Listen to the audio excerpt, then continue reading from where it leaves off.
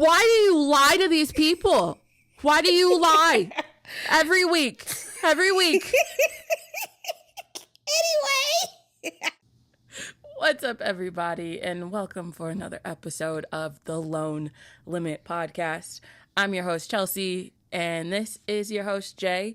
I've noticed that sometimes I accidentally go, and I think this is your host, Jay. I want to make it clear, I do know that is Jay. Are we sure? Listen, I am sleep deprived, so I'm not sure who I am today, but I do know who you are. There we go. And I think that is important. There we go, yeah. Yeah. What's happening over there, friend? We have an interesting episode, so before we get into it, what's happening? What's popping? Girl, I feel like my 30s attacked me with a vengeance this morning. I'm trying not to move today, y'all. But if you do see me move, I might wince a little bit because my back is acting up. It's acting its age a little bit.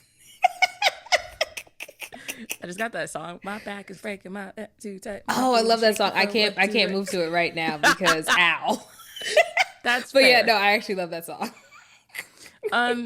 Jay, we did something interesting this week, and I feel like we should talk about it just in general. What did we do? Well, number one, we picked a banned book or a challenge book. Yes. But I added a new law. When we picked this book, I looked you dead in your eyes and I said, one rule, you cannot DNF it. Yeah. And I'm curious, without talking about the book and all that stuff, because we'll get into that. Mm-hmm. Do you feel like that changes how you perceive a book? Like if you know, like no matter because what, I can't you just gotta stop it? get through it? Yeah. Not necessarily. It's interesting because I did think about that while reading it. I was like, I wonder if Chelsie didn't threaten me, would I have wanted to DNF it? And then I was like, no, I don't think so. Like I would have read it regardless. But I just thought it was a different mindset, but I don't think it impacted like the way I absorbed the book, if that makes sense. Well, That's a weird way to say that. I want to clarify something here. Chelsie did not threaten Jay. She threatened me, y'all. She threatened me. No. I created a monster, y'all. I said, Jay, you know it's our podcast. You could just DNF a book if you don't want to, if you like can't finish it. And then that turned into, oh, I hated it, so I just DNF'd it. Like, girl, we still got to do a whole podcast episode. You can't just be out here DNFing books. Here's the thing. It's so funny because I like have never been a book DNFer. Like it's a newer thing for me. And I'd be like, she'd be like 2 pages in. Ew, nope, I'm done. And I'm like, cool. So what are we going to talk about for the next hour? She's going to be me and nobody wants to hear a one-woman show of me and my thoughts, okay? I don't even want to hear it half the time. Yeah, no, it's interesting. I really did think that about halfway through and I was just like, oh, and I was like, I absolutely still would have read it. But I was just like, I wonder if the threat was like the threat was not a threat. And I hate that you keep using this word because all it was a conversation of if we do this, you cannot DNF it because this is an important topic. You're right. I'm joking calling it a threat. It was a stipulation. Thank you. Yes. Okay. Yes. Put some respect on my name. A strong stipulation, but a stipulation. A stipulation without bodily harm is only a stipulation. It's not a threat. Sure. But reading today's book did have me wondering, and I'm curious. Is there ever a time where a book should be banned? Ooh. And, like, for context, I would say yes in certain cases, purely because there are times where people they say, forget all morals. I'm going to just write this book. And now we have authors who are out here basically fetishizing pedophiles. Mm-hmm. And one in particular got arrested for it. And I feel like that type of book should be banned. I have a question. If you make a book hard to find or obtain, is that the same as banning it? I don't think it's banning it. It's like an undercover ban. It's like a kind of if you will. restriction, right? Okay. Yeah, it's a restriction, which I don't like. Like, I think if your book is just here to challenge someone's viewpoint on a system, that's fine.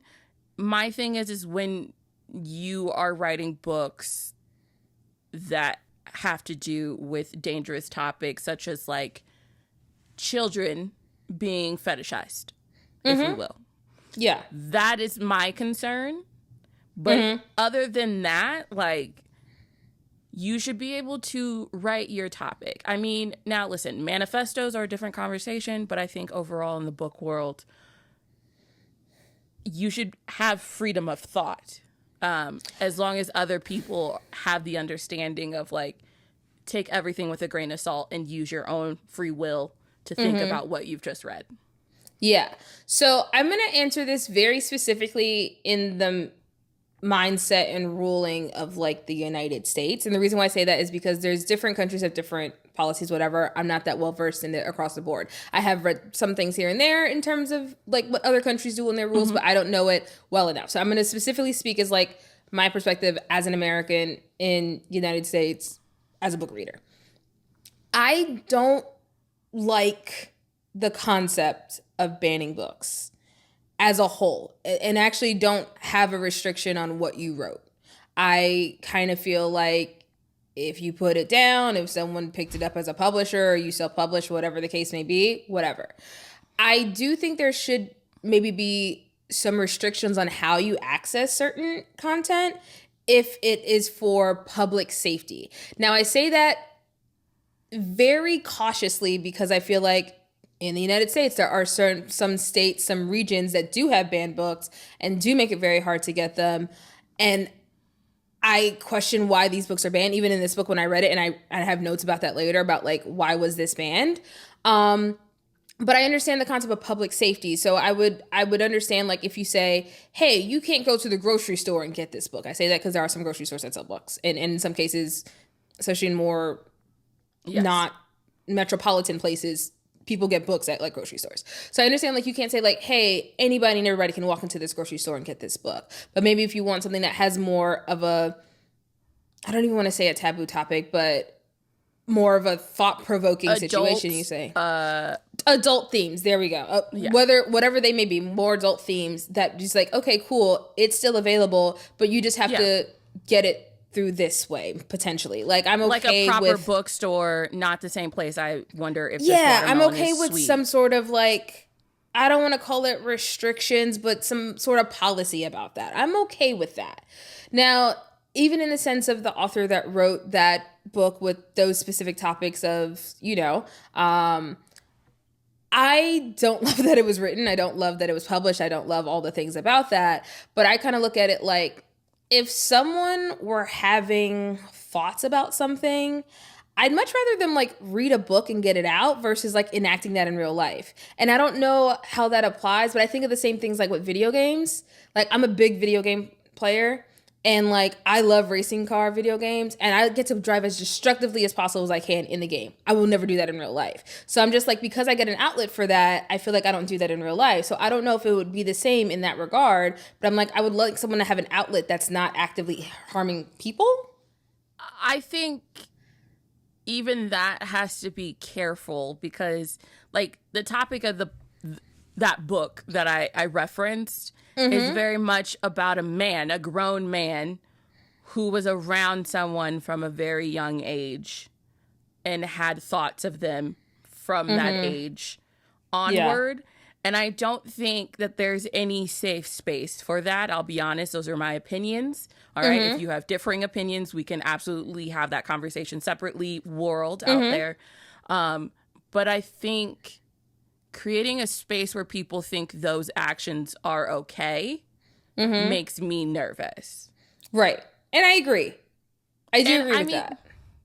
Like, listen, we're not talking about like a 50 Shades of Grey type book, which has been challenged in this world. I think that's not a book you should be able to just pick up at the grocery store. That is like hey, go to a bookstore and find that book because like children are around. Right. But I also think, you know, a 50 Shades of Grey kind of book in the topics in it, BDSM and all that stuff, it's very clear. This is not a teaching manual. This is just my thoughts. So, and also there's a level of consent and everything in that regard as well. And then even when you do have dark romances, the themes and the warnings are usually very clear and upfront. Out the wazoo. Yes. Protect your mental health. These are not instructions. This is just my imagination, XYZ. And so I think depending on the topic, every book has a place in this world. I say that with an asterisk, and I think I've made it very clear what that asterisk is. Right, yeah. Now, speaking on banned books, I figured as book recs this week, we recommend some that have been challenged or banned. And I'm curious what you picked. Yeah, I'm actually excited about this. When we decided this was going to be our book rec, I was like, I don't know if I read any banned books. Turns out I've read several. And honestly, I think that speaks more as to what is on this list than anything else. Yes. And one of them is actually like something we had to read in school when I was growing up. And then another one was something that I read like, I say for fun. It's not a fun book. I'm about to get into it. But it's my reading habits when I was younger were way heavier than they are now. Yeah. And I don't choose to go back to that. But so my first book is what were you gonna say?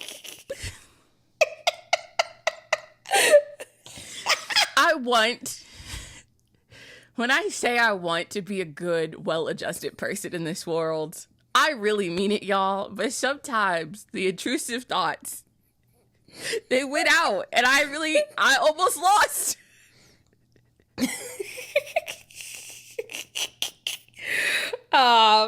Anyway. Just continue on, please, because I just have to control myself over here. Okay, cool. So, my first rec is called A Child Called It by Dave Pelzer. This book is heavy. I think it's a really good book, and I think it's a book that should be read, but it is heavy. And make sure you know what you're getting into before you pick it up. It is a man that is recalling his entire childhood, which was just full of abuse, to the point where at some point he was referred to as it in his household.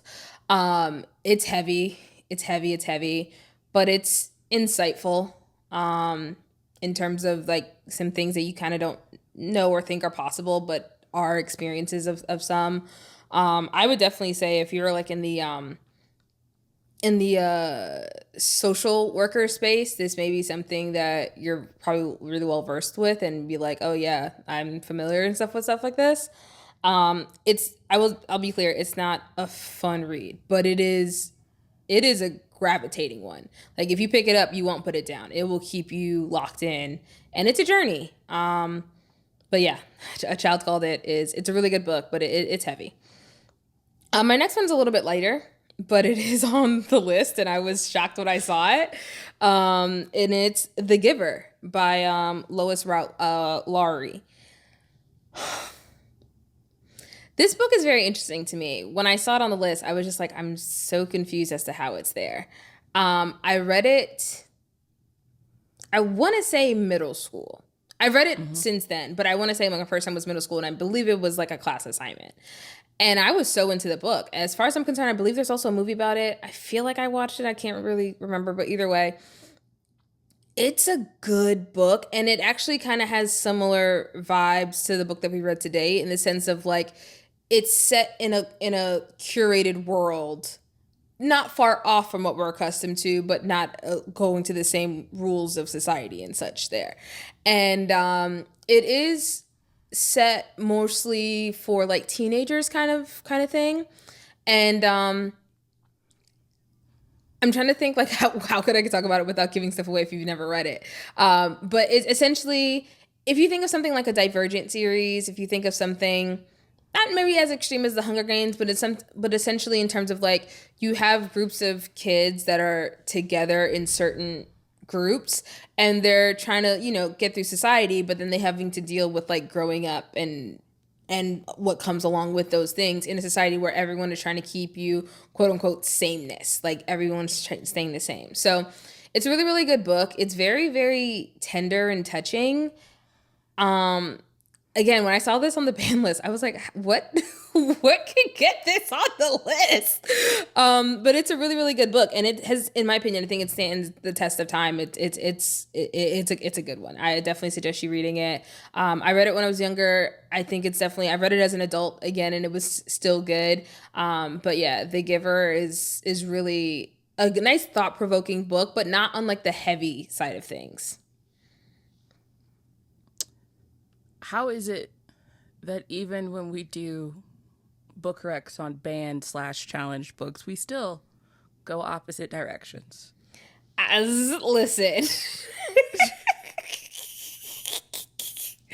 What are yours? To be fair, I didn't have a ton to choose from the banned list, though. Like, there was more than I thought. Like, I was like, oh, yeah. I read that one. I read that. But even of those, I was like, yeah, I didn't really like that one, though. So there wasn't a ton to work with. I can't. So my first book is going to be 1984 by George Orwell. It's a very famous book. Funny enough, I was I was required to read 1984 in today's book, Fahrenheit 451, as summer reading for my AP English class. Let's just be very frank here. Only one made the cut. Okay. I walked into school on my first day to a pop quiz about both books, and it was very clear Chelsie only read one. Which one you read? I did read 1984, and it is all about, I'm trying to put this in a way that, number one, does not spoil anything, but number two, also doesn't raise any red flags with the FBI agent in my camera. It is all about a man who is in a society where the government is very watchful and very on you, which is why you'll see the cover with an eye on it, because Big Brother is always watching. And it's about a man who slowly starts to question the system, gets involved with some people who he thinks are questioning the system as well. And it is the fallout of those decisions of breaking routine, we'll say, structure. And it is, when I tell you, to this day, I remember reading it. Like, I remember where I was in the house, what I was doing. I remember writing in the margins of the book. When I say I annotated, I mean, like, I wish I had that copy with me here. It's at my mom's house. But, like, even as I think I was like 15, 16 at the time, like, even as a teenager, that book was so, like, just, it captured my brain. It literally had me just, like, really contemplating every single page. I had thoughts and notes, and it was such an amazing experience even then. Like, I'm sure if I read it now, I would get a whole different experience from it. But even back then, I got an experience, and I think that is such a powerful thing. And so I recommend anyone read it. Even if you're just partially curious, go ahead and read it. My second book is The Outsiders by S.E. Hinton, which is all about this group of, like, wayward teens from, like, the wrong side of the tracks. They get into this fight with kids from the quote unquote right side of the tracks, and chaos ensues, and it leads to our main character going on the run with his best friend. And it's really like a coming of age story of, like, really figuring out life. And it's crazy to me that it was challenged ever. But I read it in middle school, and even back then I thought it was an amazing book, and I would love to reread it now as an adult. It's so crazy to me, Jay, the things that do get banned or challenged and the reasons why. Part of it I can understand in a sense of some people are acting in a sense of, let me protect my child, or, you know, there's some themes in here that feel unsafe. But at the same time, that's what we need. And after reading today's book, I definitely agree with that. You need those books to push your boundaries of thinking and really contemplate things in this life. So I think we should just go ahead and get into today's book. I agree. Today's book was Fahrenheit 451 by Ray Bradbury. Or if you're like me and you've been calling it Fahrenheit 451 your entire life until you listen to the audiobook.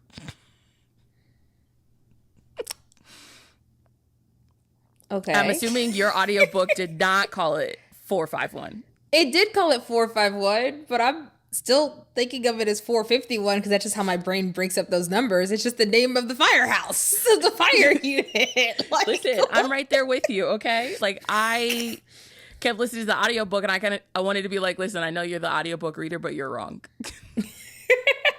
Okay, I want to expand upon what you were saying because, yes, Fahrenheit 451, 1984, The Giver, what's the other? Gone with the Wind. Harry Potter, Twilight. There's a lot of books on this list. Like, there are, when I say children's books, I mean like cardboard, thick pages, 9-page books. Children's books you give a on mouse this a cookie, band's list. I don't know if that one's actually on there. That was just the first child's book that came to mind. It was just, I was looking at this list in awe, and I was like, what puts this stuff on this list? And so it's interesting. And I know we're gonna do guys. I know we're gonna do a full breakdown of the book, but I just want to touch on this really quickly. One thing I thought was very interesting that I kind of realized as a theme, and I didn't initially put it on my why could this be banned list, but now that I'm thinking about it, with the books that you recced, the book that I recced, not including A Child Called It in this scenario, there's an underlying theme of like questioning societal standards. And I think that's very interesting that these books that were in this case were required readings in school are now all on a banned list. And I'm just like, I'm not that old, y'all. That much time has not passed. And these are all on a ban list now? These were used to be required school readings. I want to clarify, and I want to clarify this. It's not that these books are continuously banned. What it is over time, for certain periods of time, they've either been challenged or banned from certain areas of the United States. For any of international watchers, it's certain places in America that have chosen to challenge these being required readings or being available to young students or students at all, to people, what have you. Yes. And thank you for making that distinction because, yes, I'm continuing to say banned books, but some of these books on this list are just being challenged. And I think while they're going through review, they're no longer available like in a school or whatever while it's going through the process. So thank you for making that distinction. Yes. Yes. Still, it's wild to me. So I do also want to clarify that Fahrenheit 451 is not banned currently, according to the small research I did. It was, however, challenged and asked to be removed because of its vulgar language and content. Some people may take offense to the content due to conflicting moral, ethical, or religious beliefs, which I could understand. There is a lot of the Christian Bible quoted in here. Okay. You're making faces. Because I was trying to think. I was like, what was the more? Okay. Yeah, there are Bible quotes. Yeah. Yes. And so there are things like that. There is also someone who tries to unalive themselves in this book. And that is that was one of the main things I have on my list in terms of why it could have potentially been. Yeah. So I do think that this is why sometimes I can understand a parent's concern about certain topics. I just don't think it's right to remove a book from everyone's access. Yes. For your own personal reasons. Yeah, I agree. With that in mind. While Jay was sitting here earlier in the episode accusing me of threatening her, Jay did threaten me. She told me when I went to go read this book, I had to pay close attention because she had questions. Okay. Mind you, no examples were given of the questions she had. So when I tell you I was full on Jordan Peele sweating GIF trying to read this book because I didn't know what random question she was gonna ask me. It's sad that brings me joy. You're a psycho. Not really. That is not the correct usage of that word. But anyway, what we're going to do today, Jay, to make sure that I answer all your questions, because if you watch last episode, you know that Jay does not like to bounce around in her notes. I'm going to go plot point for plot point, and you're going to stop me when your questions arise. How about that? Let's go. Because my questions are in reading order, so it makes sense. Yes. My head is bobbling for anyone who's listening to me. I got full-on neck attitude right now. Mm-hmm. This is what happens when I eat before an episode. I have too much energy now. Anyway, our main character is Guy Montag. I'm going to be honest. His name will be Montag for the rest of this episode because I think they only used the name Guy like 4 times in the entire book. I'm not remembering that. I actually had to write it down. Anyways, Montag is a firefighter. But firefighters have changed their meaning from what we know in today's world. They are now a group of people who go around burning books in people's homes where they find these books. One night, Montag is walking home from the train station, and he bumps into a girl named Clarice. Yeah. Who is a about 17-year-old girl who is kind of an outcast in society. And she begins asking questions that make Montag start to question things over time. Yes. And Can I stop you there? First question, go. Yes. Okay. So yeah, Clarice introduces herself as 17 and crazy, which I thought was very interesting. So my question to you is, did she like lean into that because society has told her she's crazy? Because in my mind, she's very mentally sane, but like I feel like the thems, like the schools, the people monitoring things have been like, oh, you're a problem, you're crazy, and that's why she's like, oh, I'm 17 and crazy. I believe there's a quote when she first introduces herself where she says like, oh, my grandpa always tells me you should introduce yourself as saying you're 17 and crazy. So I believe she was more or less leaning into that alter ego that was established for her, because she does acknowledge that like, yo, I just don't fit in with the kids at school. That's just not my vibe. Yeah. But she also is just kind of like, I just see things differently. Like she's very self-aware, I'll say, from the pieces of conversation of her just being like, listen, I just see things differently than everyone else. And, you know, I'm not going to stop being me. That's just who I am. It was very much like, and it's interesting because she used to like go for walks. That's how she ran into Montag. And I think that's kind of important for like later on. I thought it was also very interesting that she was kind of just like you're saying, she introduced herself like, I'm 17 and crazy.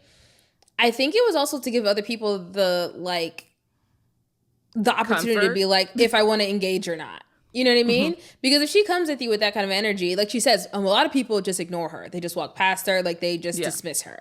And so I think it's kind of giving them the opportunity of like, this is what you're going to get. If you want to jump on the ride, great. If not, keep walking. Right. Yeah. Okay. Thank you. See? You're doing good. Yay. Gold star for me. So the first time they meet, Montag then proceeds to go home with this little earbug of a question that Clarice has asked. And he walks into a very dark house and discovers that his wife may have taken one too many of her medications. Yes. We'll put it that way. And immediately calls for help and gets helped by this duo who are like fake paramedics. They're not even real. Yeah. Well, they're not doctors. They're not doctors. Yeah. I think they're actually... Paramedics is subjective in the societal standards. Like, that's what they do, though. Because... But that's what... They're like because what the wife did was so normal that they literally... That's what... Like, they're very good at doing that. They're like, yeah, you don't need a doctor to do this. We do this all the time. Yeah. So they pump her stomach, they give her a transfusion, and they're just like, she'll be fine, and then walk out the door. No cares, no bedside manner. And I think that leads him to even more questioning of just like, what is going on that like you don't even care that a life was almost lost? Very like, keep moving on. Now, this is interesting. If I remember correctly, because I tried to look it up, this book has like a ton of copyrights and publishing dates because it's like several, then it was redone or whatever. I believe the original date, I could be wrong, was 1958. I'll tell you in like 5 seconds. Sorry, numbers are not my strongest suit, but it was in the 50s or the 70s, I believe, is one of them, one of the dates. 1953. 1953. Ha! I wasn't that far off. Okay. Yeah. So what I thought was interesting is that this was written in the 50s. And the way that the author nailed how something kind of like life-altering and shattering can impact a person, and the way people kind of just go like, yep, okay, cool, keep moving, you're going to go to work the next day, whatever. And I was just like, that's kind of crazy because in modern day life, that is kind of similar. I'm not going to say it's the same level of dismissiveness, but like the show must go on, or like you got to call out from work kind of thing is very same.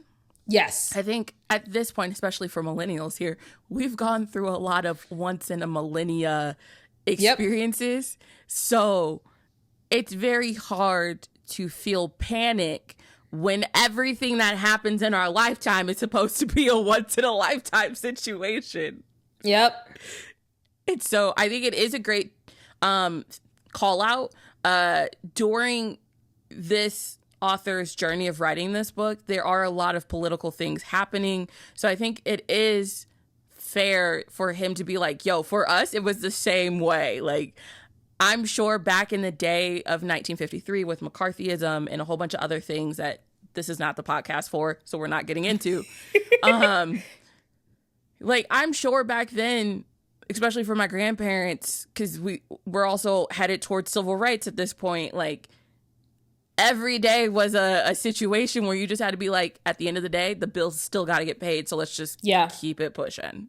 Yep. Like, we don't have time to feel it. And so I think that is an important piece to all of this, because Montag's sitting there going, does nobody else see? Something is, like, this is not how this is supposed to go. And I think what doubles down on that is he spends like the next 4 or 5 days constantly running into Clarice on his way to and from the train station. And it feels like every day she's just got a different thought in her mind of like, who do you love and why? And all these things. Why is the sky so blue? Why is the grass so green? These are just my questions. Yeah, I think the whole like, are you happy thing like really almost broke him. Because it's, and as we find out, like in the book, it's just like you're set up in every way to be fulfilled in terms of happiness. Yet he is now recognizing, because he never really, he never went looking for it, so he didn't notice he really wasn't happy. And then, of course, with his wife, who just had a little episode, on some level, there's something happening where you're looking to do that. And like I said, like it's said in the book that this is like normal. This is a normal occurrence in their society. So he never has even had that had that thought. And now that he's thinking about it, he goes like, wait, I don't even remember where I met my wife. I don't remember like what's going, like it's just so monotonous and it's just so repetitive, but you're kind of like numbed to it. And you're just like, honestly, and it's interesting. I know I don't feel like this was the point of the book, but honestly, I felt like there was like a small underlining theme of like overconsumption, because you're trying to like buy your happiness too. And so this leads me to my next question. And so I think I kind of figured it out by the end of the book. But when I initially wrote this question, I was like, I didn't really understand the way the walls worked.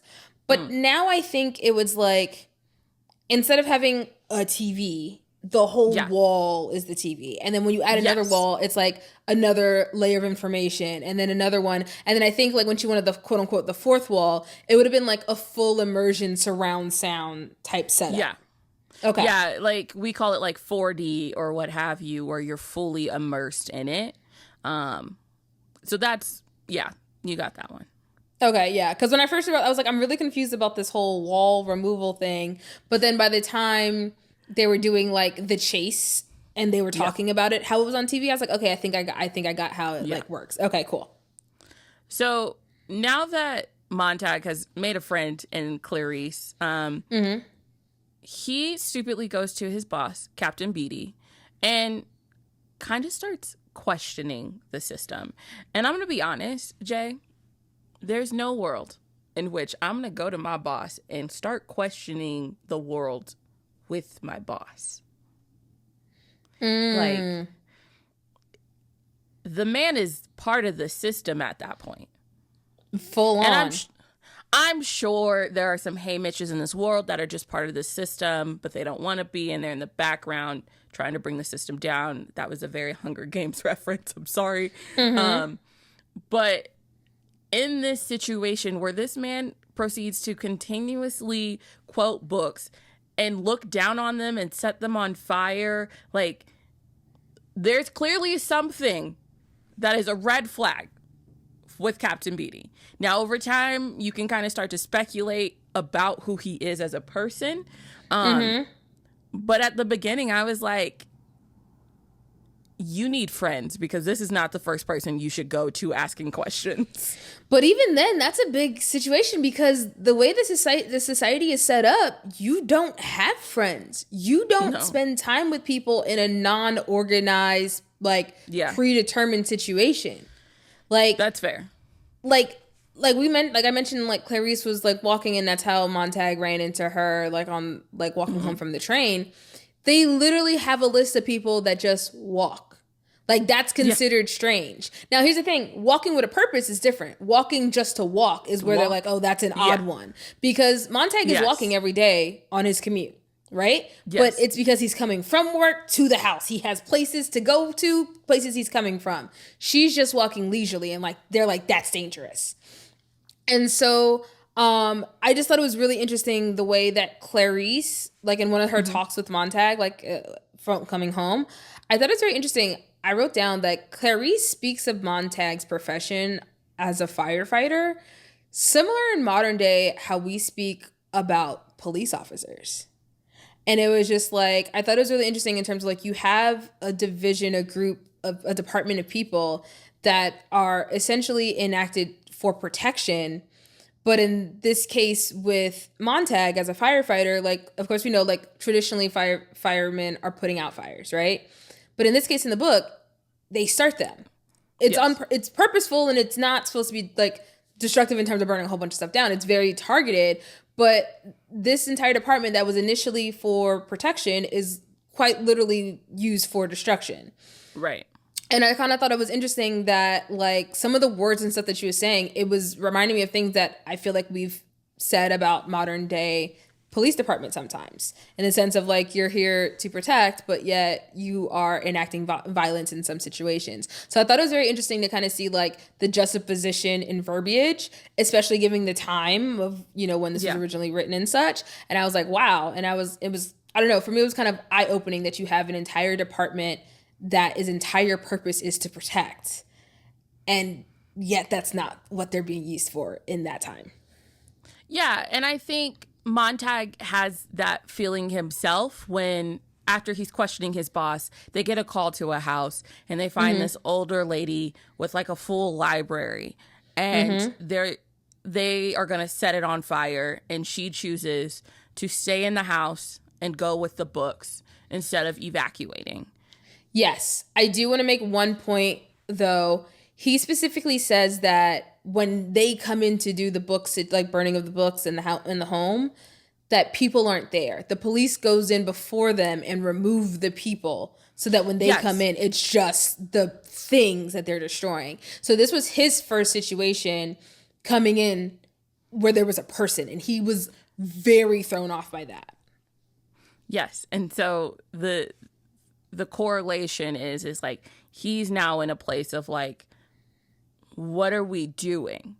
And he ends up stealing a book and hiding it in his uniform before the lady in the house go up in flames. And then he proceeds to call in sick the next day. Yes. Because he just mentally can't handle all that's going on. Yes.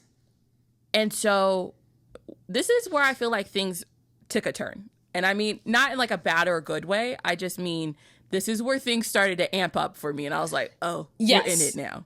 I agree. Before we keep moving forward, can I make a note? Sure. The fire mechanical dog was very strange to me. However, I thought it was interesting. At the firehouse, multiple times the mechanical dog kind of like, I don't know how you say this in plain English. Like, I want to say, like, big up himself, but I don't know how you say that and just, like, not that. I don't even know where this note is going, to be honest. Okay, so, like, the dog is kind of just, like, oh, I can say flexing. Flexing is a good word. Okay. The dog is kind of, like, flexing on Montag a little bit. And Montag's like, yo, like, so we need to check the what do you call it? Like the programming of the dog. The dog was growling at Montag. To put it in the most English of ways, the dog was not a fan of Montag. Yes. And he made it clear multiple times. Now, mind you, the dog is mechanical. He's not supposed to have feelings. He's just supposed to have programming. And so I thought it was very interesting. And he mentions that to the fire chief, to his boss. And the boss is like, oh, yeah, we'll double check the programming, but like whatever. I didn't know it then, but then later on, I was like, I wonder if the reason why the dog was bugging out on Montag is because he can sense, like, for instance, when he ended up taking the book. Because later on, they say that that books have specific smells. Yes and no. Okay. How do I put this? No matter what, Montag would have smelled like books and kerosene because that's their job. Because that's his job. And burn these books. So there's no way for that hound to really differentiate between he's hidden a book versus he set one on fire. Okay. So it's a complicated one of those, like, the door is just open. It's up to your interpretation kind of moments. Okay, cool. No, I like that distinction. And then before we keep going forward, I just want to make two notes, because now that we're about to go into like the police chief and Montag calling up sick. So I thought it was very interesting that the schooling for the kids in the society are so like, it's so intense for the children, but it's so passive for the parents. So essentially, like, as soon as you give birth, as soon as you can, the kids go into school. They're in school 9 days out of 10. And literally he mentioned just like, yeah, we snatch those kids as soon as we can get them. And essentially it's like, I was like, yo, I feel like the school is full on just like brainwashing them. They're just getting them accustomed to the society and how they want them to interact with the world from like as young as possible. Yeah. I mean, that's kind of the society. That's how they function. So I don't know if you're expecting a response to that one. No, we're good. Okay, we can go forward. Okay, the police chief, Montag calling out sick. Yes. The fire chief. Fire chief, yes. Jesus. Did you forget what his job is? I was reading a note, and the note had police in it. So, because he calls out sick, his boss, BD, shows up and basically says, yeah, I saw this one coming. And gives him a veiled threat of like, listen, if a firefighter ever takes a book, we give him 24 hours, no harm, no foul, and we call it a day. But after that 24 hours, we got problems. Mm-hmm. At the same time as this threat is going on, Montag's wife, Mildred, is the most spatially unaware person and is trying to fluff his pillow, feels a book in the pillow, and has the nerve to basically be like, what is that? Oh my God, what is that? And even Beatty was like, go away. And I thought that was the funniest thing to me. And then once I didn't find it funny. I found her so annoying. And in fact, my note about she's Mildred, meant to be annoying. She's a wheel in the machine. She is 100% ingratiated in this. So that is fully like, it's like yin and yang, right? So Montag makes up one side and she makes up the other. Mm-hmm. And so they are direct comparisons of each other. Mm-hmm. He is polar opposite, free thinking, and she is meant to be fully submerged in this world because once Beatty leaves, he's like, listen, this is a book. It's like, let's read it. And it takes all of 2 words before she goes, I can't see anything. Yeah. In reference to her just wanting to go back to her full immersion television. So it's like, that's just how she's built. And to be honest, cool, girl. Go live your life. See how that works out. I actually I was like, I feel like, I literally said, I was like, I feel like Mildred is so annoying. But I was like, honestly, I feel like she's a victim at this point. Like you said, she's just so fully immersed in like everything that there's no escaping it for her. And then she will now defend that system because that's what she knows. Even though, as we know from her earlier attempt, she's not happy in it, but it's what's established. I mean, is she really a victim when her husband was trying to give her an out and she chose a dinner party with her friends over it?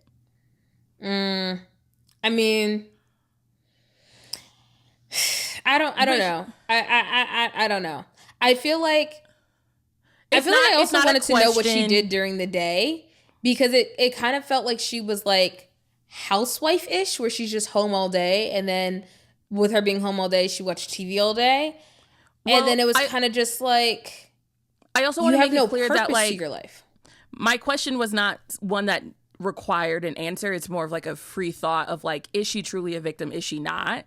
Because you could argue both sides of that. Yes.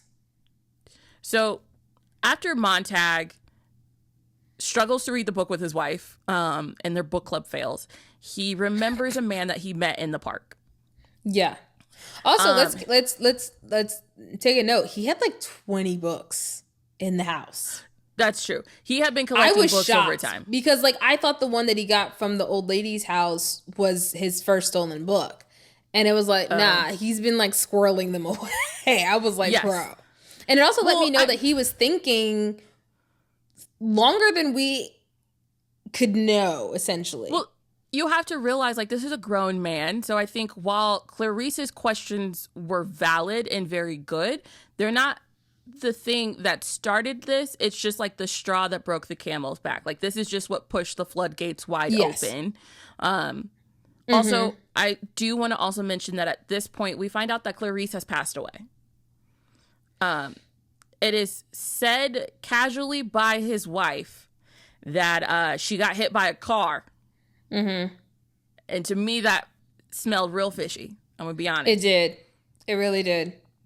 But he decides he's going to call the old man that he met in the park, whose name is Faber. I almost called him Fiber. Faber is an old English professor that he met in the park. They had an awkward encounter where, like, Faber just assumed that Montag was there to set everything he owned on fire. And Montag was like, yo, I'm just trying to sit on a bench. Like, I don't know what you got, bro. Mm-hmm. So he goes to meet Faber, and I feel like this is really the final nail in the coffin, and he can no longer go back after this moment because him and Faber start having these conversations about why books are so important. And it's really coming down to free thought and things like that. Like, even... So even on his way to his house, he's on the subway and he's like realizing how insufferable it is because you never have a chance to just have your own mind and think for yourself. Because the society they have advertisements just nonstop. You're in spaces that you have to be in, so you can't avoid them, and it's just nonstop. And I was just like, if that ain't what some social media is today. You know, just full of ads. You're just constantly scrolling. It is what it is. In this story, Faber basically explains, like, the system is designed to keep you in this bubble. Yes. That is what it is. Whereas books give you free thought. And it's as they're having this conversation that Montag is developing his free thought. Because at points he's like, I didn't even question you. I just came to you. All these things. And Faber's like, no, that's perfect. The fact that you're realizing these things is key into everything we do. And so these two men decide they're going to break the mold. They are now going to secretly start publishing books. And they devise a plan of how they're going to do this, which then requires Montag to go back to work. So with this like two-way, like walkie-talkie earpiece like the spies have. Yes. Faber sends Montag on his way. Montag returns home to find his wife having a little get-together with her girlfriends from the neighborhood. And to be honest, I would have snapped on these women just as hard as Montag. Because they just sounded annoying in general. Like, when they were trying to appease him and talk politics, but all they wanted to talk about was how do you vote for someone short over someone tall? And all those things, I literally was like, get out. Get out. I want to set you on fire, so get out. So I was so frustrated. I was so frustrated in that conversation. Because, again, this was written originally in the 50s. And I was like, that's not far off from now. That's not far off from now. They, like, literally, he asked them basic questions. They could not tell you anything about the political stance and policies of the people running. They could only describe to you what they looked like and how they made them feel. Zero regard for what it was going to be for the impact of society. Yes. And I was just like, oh my God. But I do also want to make it clear that they are in a society where it's designed that they don't have to know anything about the policies. They are force-fed ads, even in their Bibles. So if that's the situation where everywhere you turn, you are force-fed the important information, then it's fine. Like, there's a quote that I wrote down. Well, here's the thing. It's not even important information. It's targeted information. Well, when because I say they're important not getting information, a full diagnostics of information. They're getting specific information. Let's be clear. When I say important information, I mean whatever the system has designed to be important. I don't mean right. But I do want to make it clear, like, even Captain Beatty made a quote, and I had to write this down because it's like one of the most powerful things I heard in the whole book. And he says, if you don't want a man unhappy politically, don't give him both sides of a question. Give him one. Better yet, give him none. Yep. And that is literally how this whole society is structured at this point. Yep. There were so many like little gems in that speech of his. But before I get back into some of the stuff that the fire chief said, I thought it was really interesting that they called the people on the TV family members. And I thought it was very interesting because, like, we've already established in society, like, they don't super have friends. Like, even like the ladies coming over to the house, they're coming over to the house, and Clarice pointed this out earlier, that people talk, but they're not talking about anything of substance. They're just kind of like yammering about things that they've noticed, the things that they've observed. They're not even having conversations. You're just kind of saying like, oh, the weather's nice. Thank you. The weather's nice. Oh, the sky is blue. Yeah, the sky is blue. And she was basically saying it's like an echoing of just everyone saying the same thing without having any sort of discourse or differing of opinions. Now, with the wife and I guess everyone in general calling the people in the TV family members, I thought it was very interesting. And again, I think this kind of goes to like a little bit of the consumer thing, that Montag makes a point to mention that they paid extra for like a converter that makes it so that whoever is talking on TV speaks to the person in the room with their actual name. So like, for instance, like the TV host doesn't say like, "Hey everyone," he says, "Hey Millie." Like he says her name while watching it. So it does feel like we're saying, like the full immersion. It feels like a very like experience. And so while she's in the house doing whatever she's doing, they're on TV doing what they do. It feels like they are in her home, and what it's kind of similar to what daytime television now. They talk about like, "Oh, you let me in your home. Thank you. Let's have a conversation." So I thought it was very interesting because it's just like, as you're trying to like, quote unquote, like buck the system, you're not just going against a system, you're also now going against a feeling, because she feels like that's her family. She feels like those are her people, and you're trying to, quote unquote, take them away. Because like he asked, "Hey, can you turn off the TV?" And she said, "No, that's my family." When he was sick, because he was like, "Oh, like they're loud and it's hurting my head." So he was like, "Hey, can you turn off the?" And she said, "No, that's my family." She said this to her husband. "No, that's my family." But also, I think that we are thinking of marriage, this is going to sound crazy, in a more traditional sense than what it is in this society. Like, they sleep in separate beds. There's no touchy-feeliness. Like, there's no love between them. Like, oh, they do sleep in separate bed. That I actually wasn't sure about that. And I was like, is he in the bed because he's sick? Because No. I feel like we learned about the sleeping arrangement when he said he was sick. So I was just like, oh, does he sleep in a separate bed when he's sick? I didn't realize he does it all the time. He says it the first time he walks in the house, and he keeps English, Chelsea. He keeps talking about the other twin bed. They sleep in twin beds. It's very I Love Lucy separate bed. I was gonna say it's very situation. Which I mean, also in 1953, separate beds. Standard. Yeah, it was kind of the standard. But like, there's no love here. Because literally Clarice asked him, or like she says, like with the dandelion trick, "You don't love anyone," and he's like, "I got a wife." And then like during the dinner party, Millie's friend talks about how she's on her third marriage and she couldn't even care about how she birthed her child. Yeah. So there's no real love here for them to ponder. Like, when Montag gets mad at these women because of just how ridiculous and asinine they are, he starts quoting poetry, and they end up in tears, and the friend has a meltdown because she says no poetry, it always ends in tears, aka real feelings. Yeah. So it's like they don't really know what family is at this point. That's just who brings her comfort in this terrible world that she's now stuck in. Yeah. Something that the fire chief said when he was giving his speech to Montag, he was saying that readers are simple-minded, and then he was saying like intellectuals as like a slur, essentially, like as a bad word, essentially. And then I thought it was very interesting because as he was talking about how every firefighter at some point like has this, what they call basically like a burnout, and they start to like question like, hey, what are we doing? Why are we doing this?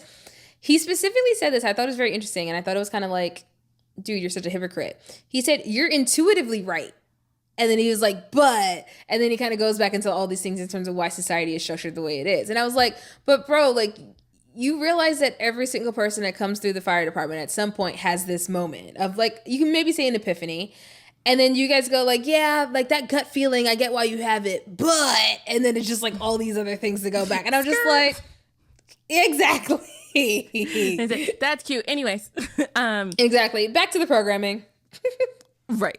So after Montag causes a complete cluster bleep of a night for his wife and her friends, he returns to work. And everything seems copacetic, which if you've ever watched any sort of movie that has to do with bucking the system, you know, the minute you go back to work and everything seems fine, things are not fine. It is not fine. I was like, you thought everything seems fine? I was like, I was suspicious from when he walked through the door. So basically, he brings in a decoy book, not the real book he stole, just another one. He's just kind of like, whatever. Take this one. And so Beatty takes it, doesn't even look at it, throws it in the incinerator, which, number one, that right there should tell you everything you need to know. This man no longer cares. You're done. Okay, sweetheart, you're done.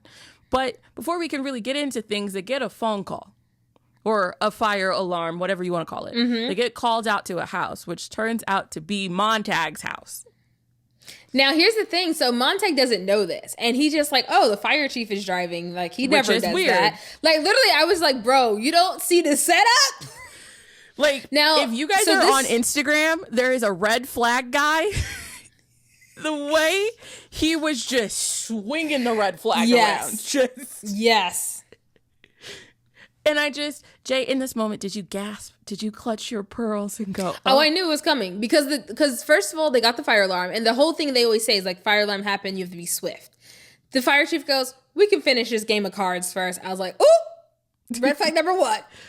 And then he was like, oh, yeah, let's go. He was like, oh, you almost like forgot your helmet, whatever. And then the fire chief drives what they call salamanders, which I thought was kind of a cool way to call a fire truck.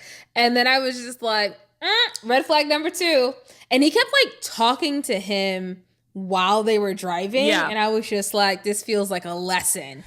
And sure enough, they pulled up to Montag's house. Right. So we pull up to Montag's house. We find out that the lady he made cry the other night snitched immediately. And then his wife also snitched on him. And she comes out the house with her bags packed. And she said, I'm out. Doesn't even acknowledge him. Hops in a car. Skirt, skirt, out. And then Beatty is like, hey, yo, I'm going to need you to burn all the books and the house. And once you're done, you're under arrest. Yeah. This is where things started to pique my interest with Beatty. Because Beatty now gives a flamethrower to a quote-unquote criminal. And continues to provoke him. Yes. And it almost feels like if you want to give Beatty a redemption arc, it's found in this moment. Really? Okay. Because here's the thing. Beatty comes off as a very, very bad guy, but with the amount of reading he's done, there's no way he can ignore the free thought that it's provided to him, right? So if you want to believe he's not just... If you want to, I want to make that very clear. If you want to believe he's not just another cog in the machine, it's in this moment he's asking Montag to just set him free from this. There's no way out of it. He doesn't see hope in changing the system, but he knows the system is wrong and welcomes being set on fire and set free. Interesting. Okay. Montag does have that same thought later on, and he goes, wait, I feel like he did this on purpose. He was like kind of baiting me. Right. I definitely think it's a discussion to be had. I definitely think like it's a perspective to be seen. I didn't get that same thought. Like even when he mentions it later, specifically because he looks so shocked when Montag actually then tried to turn because he tried to throw the flamethrower on him. And he looked shocked. So I'm just like, if you were really about that life and that was your end goal, why would you be shocked when that comes to the point of happening? Just to play devil's advocate here. What if he's shocked because he just didn't think that Montag 100% had it in him to do it? That's the other point where I do think is a good discussion where I'm just like, oh, maybe this was like his end goal, but he just didn't think Montag would actually do it. Right. Yeah, very, very interesting thought process. Now, we don't know the answer to this. I'm going to ask it anyway. I thought it was very interesting. What? I thought it was very interesting that, like you said, the women reported Montag for having books, and then also the wife reported it, right? That's how we end up getting Montag's house, and he has to burn the books. Right. What I thought was interesting is that Mildred, had her bags packed, is ready to go. It didn't seem like she had a ton of stuff. And then also she had the taxi and she was like off. And I'm like, girl, where are you going? Like I was like, I know, like I said, the book doesn't give us any answer to this. She's off to find her second husband. I mean, yeah, probably. Like that's really how it is. It's like her friend who was like, I'm on husband number 3. One of them died in war. One of them something. They divorced. Now she's on the third one. It is what it is. Okay. All right. Yeah. I was thinking that. I was like, girl. First of all, I was like, wow, girl, you don't have a ton of stuff. And second stuff, I was like, girl, where are you going? Like, where is that taxi heading to? She can't stay there because the house is about to be set on fire. So that was the other thing that got me. I was like, girl, why don't you could have just thrown the books in the fire, which she was secretly doing anyway while Montag was gone. But I was like, and then you would have avoided it because now you just lost the whole house. I was really thinking about the real estate. I was like, girl, that's stupid. That's a fireproof house. You're thinking about the real estate, but it is literally part of how the firemen do their job is wherever they find the books is set on fire. Mm-hmm. It's not that they're just burning the books. Yes, correct. So no matter what, that real estate was not hers. The real estate was not hers. Even if she goes away and waits for the fire to go out and then comes back, right now that's not where she need to be. So anyways, Montag snaps in this moment. And I said, go ahead, girl. Montag take out everybody. Montag said Fahrenheit 451 is no longer on call. Mm-hmm. He takes out his whole squad, goes on the run, then takes out a hound. Shout outs to him because there's no need for an 8-legged dog. I'm just being clear. I don't care what society we live in. We don't need an 8-legged dog.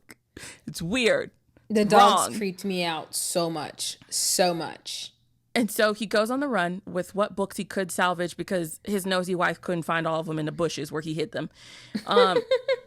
And goes to Faber, who then is like, all right, here's plan B, because I already knew plan A was not going to work. You didn't know how to listen to instructions. He quite literally burned plan A down. Quite literally. So Faber is like, listen, I'm on a bus to St. Louis, all right? You're going to go to where all of the, like, how do you phrase it? The, exiled people are. Yeah. The intellects are. Yeah. Because it's like all ex-professors and STEM and engineers, The free-form people outside of the city. It was very much giving me Matrix vibes. Like, I don't know why, but I was like, it was giving me very much Matrix vibes. Yes. So they go their separate ways. And in my head, I just envisioned a bad episode of Cops where homie was just on the run. He was in the water. The dog was trying to get him. The cops were overhead in the helicopter. It was a whole thing. But he makes it down the river and he meets a guy named Granger, I believe. That's the only name I didn't write down. So winging a prayer. It's funny. You know way more names than I do in this book, which is hilarious. Oh, sweetheart, I wrote them down because you said I had to remember every detail. And I didn't know what the questions would be. I didn't mean to do it on purpose, but I feel like I kind of like subliminally passed all of the notes responsibility to you. Because I only have 3 names down. I only have 3 names. I don't like it. So and you were like, you know, the chief's name, everybody's name. I was like, yo, the chief. I didn't know what your question would be. I had to prepare. This is bringing me such great joy. When I tell you I am still sweating from stress. Anyways, he makes it down river to this, like, I think it's like 3 or 4 men, and they're all sitting around a fire, and for once, fire is good. Yes. And they start talking about how they've all slowly memorized different books so that even if they're burned, noggin. It still lives on. Yes. 2 things about that, which I thought was interesting, is they purposely made themselves visible, knowing that he was most likely going to end up where they were. And I also thought it was interesting. Yeah, and I also thought it was very interesting that it was the first time that Montag ever considered that fire had other purposes. Like, he was like, oh, they're staying warm by the fire. He had never considered that as another option, which I thought was interesting because I was just like, okay, cool. So when they cook, and I was like, maybe they use like microwaves and stuff. And I was like, well, do they not cook by fire in the city? Because he literally was like, oh, I never considered fire being just like warm. Well, if you think about it, like an electric stove, you don't need fire for that. Yeah, true. And, you know, it's a different society. So, yeah. It's the future. Who knows? Although I like my future with Protozoa in it for any of my Disney Channel people. Hey, I so wanted to do a body roll, but then my back said no. Yeah, your back said don't do that. So throughout this book, they've kept mentioning that a war was coming. Yes. It's never quite defined who the war is between, from what I could tell. Honestly, I thought that I agree with you. They never distinguish it. And I honestly thought that was telling in and of itself. It was kind of the whole purpose where like there always will be one. And you don't necessarily need to know who it's about because it's always just going to be one because society needs them. Right. So Montag and his new group of outsiders are standing there and they watch basically fighter jets come in and drop nuclear bombs on the city that Montag just escaped from. And he watches his entire old life crumble, which I found interesting because it kept talking about a phoenix before this happened, which is a notorious bird that will go up in flames and then be reborn. And reborn in the ashes. Yeah. Right. So it's very interesting that they kept talking about this bird and then they watched the city just be leveled. And all of them as a group decide to head back to the city and rebuild it. And that's how the book ends. Yes. Question. No. What? I could not sort out how much time had passed from when Montag first got out in the forest with the guys to when they were coming back to the city. It's the same night. Oh. So there's like, to be honest, I did have to go and reread a summary of it to make sure I had all the plot points correct. So don't think but no. Yeah, because also like he was also tracking it by like the professor's bus ticket to go to St. Louis, and then he was just like, oh, he's not gonna outrun it, it's not gonna matter. So I was just like, is this the same? Like I couldn't figure out the times. So it all happens in the same night, and he realizes that the professor's Faber is on the early bus out because he's headed to St. Louis, Missouri. So he, fingers crossed, would have made it out, but Millie, poof, finito. He's now a widow. Anyone else that was still living, the annoying neighbors, all of them are gone. And he has to rectify that in the last couple of minutes of just everyone he knows, except for hopefully Faber, has perished. And now him and his new group of friends are kind of like the new dawn. They're coming in, and hopefully over time, the stories that they've memorized will now be put to print. They might be a little bit wrong just because it is memory, but at least it's better than nothing. And that's the end. Well, some of them have photographic memory, so it's probably going to be a pretty exact, but the rest of them, But yes, he's just saying that, like, you know, add an asterisk on there because you never know, especially because each person has different chapters of the same book. Yes. And I love how they had like backups too. They're like, if anyone ever happens to this guy here, you're this chapter. Yeah, I thought that was so cute. Yeah. I feel like so much happened in this book, and it's such a short book. Do you know how many pages it is? Because I did it in audiobook, and it was a relatively short audiobook. My audiobook was like 5 hours long. Allegedly, I listened to it at 1.75 speed, so I can't be trusted. See, so yours is 5. I think mine was 7. It might just been because you did 1 point whatever. I did like 115. It is according to Amazon. It's 249 pages. Oh, okay. It's hearty. I didn't think it was gonna be that long. Okay. Yeah, I feel like so much was said, and it's interesting because he's writing again. I'm just wait. Did I answer all your questions? Yeah, I was scrolling along. That was my last question. Literally my last question was how much time passed. I really struggled to follow the timeline. So yeah, you got all the questions. Good job. Thank you. Cool. Don't ever do that to me again. Well, stop assigning a homework book. I was like, yo, I need a whole school session. Why do you lie to these people? Why do you lie? Every week. Guys, I need this to be written down somewhere. I come to Jay and I say, hey, here are my ideas for the next episode. And she goes, cool, here are my ideas if she has them. And then we pick It's a democracy. We vote. So Chelsie did not assign anything.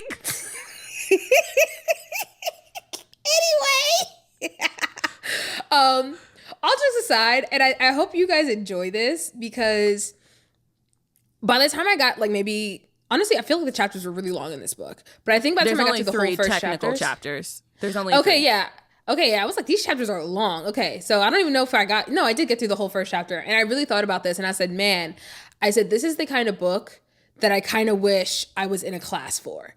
And I just meant in the sense of like, I wanted to read it along with my peers and then come in with someone that has a masterful like understanding of it, that we can have a group discussion about it, and then they can help guide us if we ever get off or whatever. And so I know it's not exactly the same thing, but I feel like I kind of got that notion in this, so I appreciate it. I did not mean to put like extreme pressures on you in terms of like paying attention, but it was like I knew I needed to do that kind of breakdown, and I knew it wasn't something that could be a singular experience. I needed a back and forth so we can go off of it. So I so appreciate this.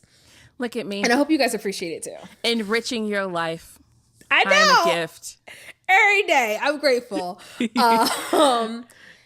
So this book, like I said, wrote in the 50s. The thing that really just keeps not boggling my mind, but I just find so impressive is that in a time where none of these modern things were at this level of development, he created this world in his mind, wrote it out, and it has things that were extremely relevant. I don't know, I wasn't there in the 50s, but I'm assuming that had relevancy then and had themes that lived on and had relevance then.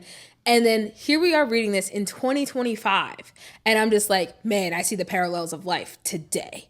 And I just think it's really a badge of honor that you as a writer can write something that's so lasting and so impacting.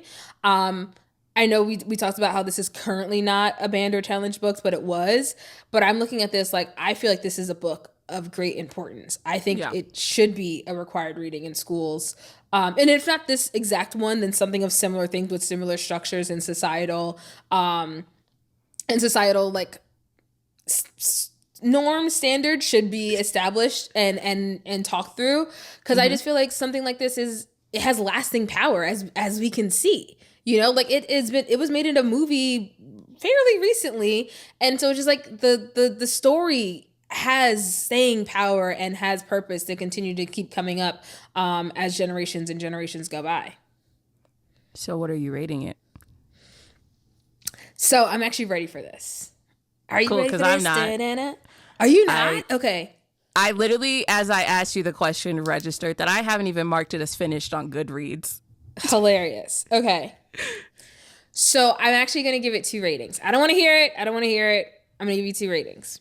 So the first rating is going to be what I myself thought of the book in terms of my personal, but I also want to give it a rating for the actual book itself, removed from my personal feelings, because I think it needs 2 separate things. Okay. Jay, pause. Pause here. I'm asking you what you personally rated it. We don't have to talk about this book in terms of modern day society at this moment in time. That's not this podcast. I support you in all your endeavors, but I just want to make it clear that we are just here for funsies. Funsies. I'm going to keep doing what I'm going to do. Me. Okay. All right, cool. Exactly. Okay, so my personal rating is a 2. It's not for me. I didn't have fun reading it. I'm not going to reread it. Hard pass. However, no.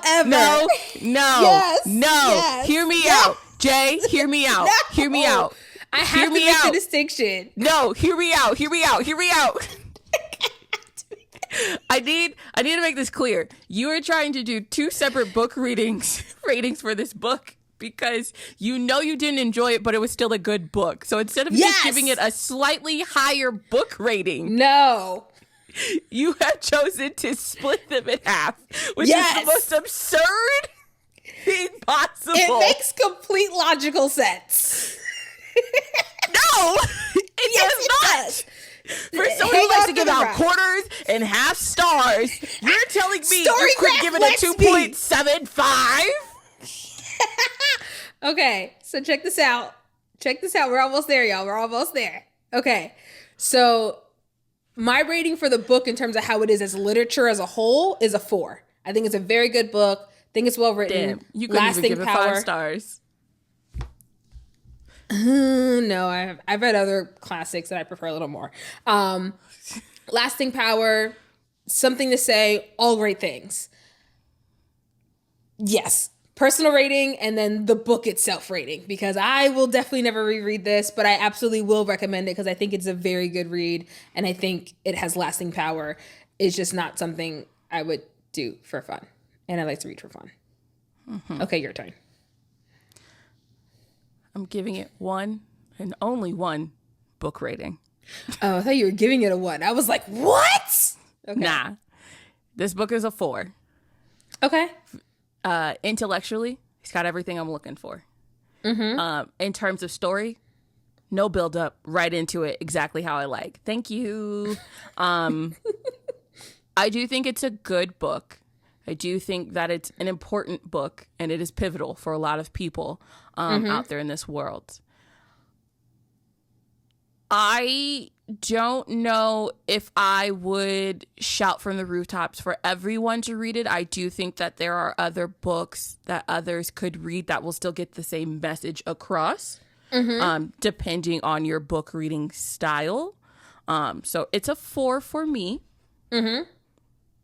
But really glad I read it as an adult and not as a 15-year-old who was just more concerned about cheer practice than anything else.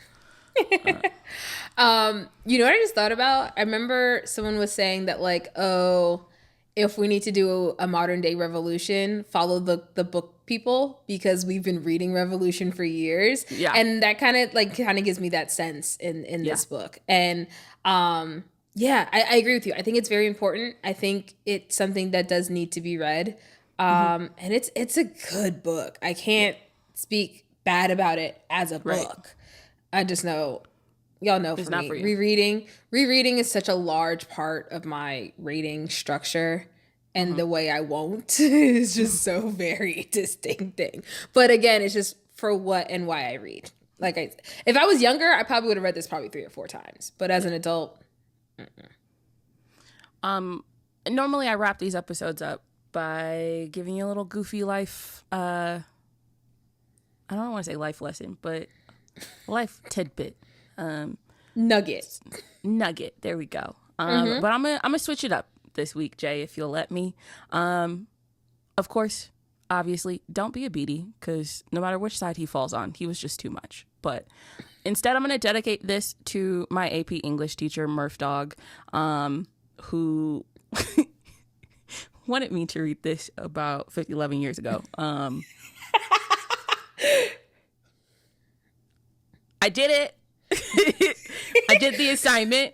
If you were still with us, I would ask you to change my grade retroactively. Thank you very much.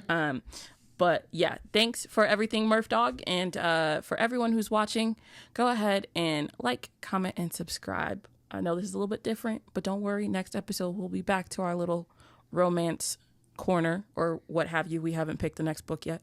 But anyways, we will see y'all in the next one. Peace.